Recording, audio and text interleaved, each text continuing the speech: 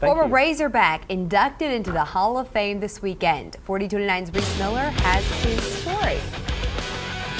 Jerry Jones is one of the most powerful men in all of football, but no matter what you think of him as a football guy or as a general manager, he's now a Hall of Famer. And no matter what he achieved, he never forgot where he came from.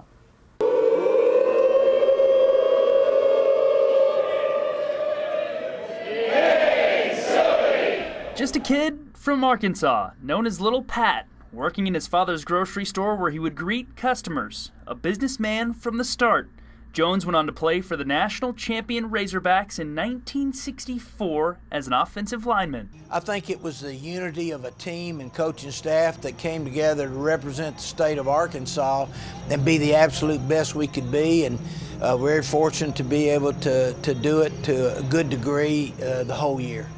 Hatfield played with Jones, and while some players went out on Friday nights, Jones was selling insurance. He would even round up tickets from other players and sell them to Hog fans before games. He had something going on all the time, and his mind was always moving.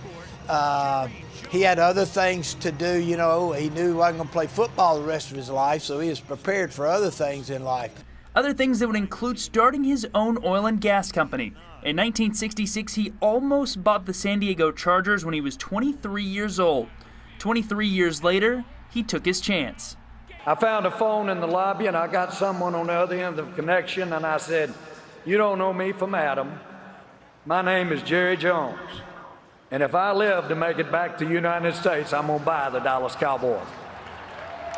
But not before calling a mentor and a friend. Legendary Arkansas head coach Frank Broyles. What would Dad's advice be?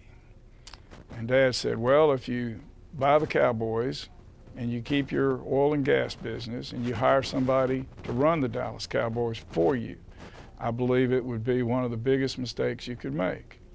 However, if you're willing to sell everything you have now, buy the Dallas Cowboys, and run them all yourself, you make all the decisions, then I think you would have a fantastic career.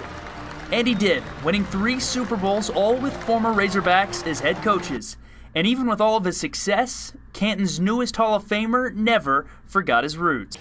Jerry has been so supportive of the Razorbacks. He and Gene have given so much back. They are givers. They have given all their life to the city of Fayetteville, to the University of Arkansas, to the Dallas area. And they have the opportunity to do it, and they do. Jones' impact on his alma mater has been incredible, from forming the Student Athlete Success Center to starting for Frank Broyles in the 1964 National Championship team. The Hall of Famer's fingerprints are everywhere. It's been a game changer. So not only has he changed the perspective of the Dallas Cowboys, he's been a game changer in our program, his family.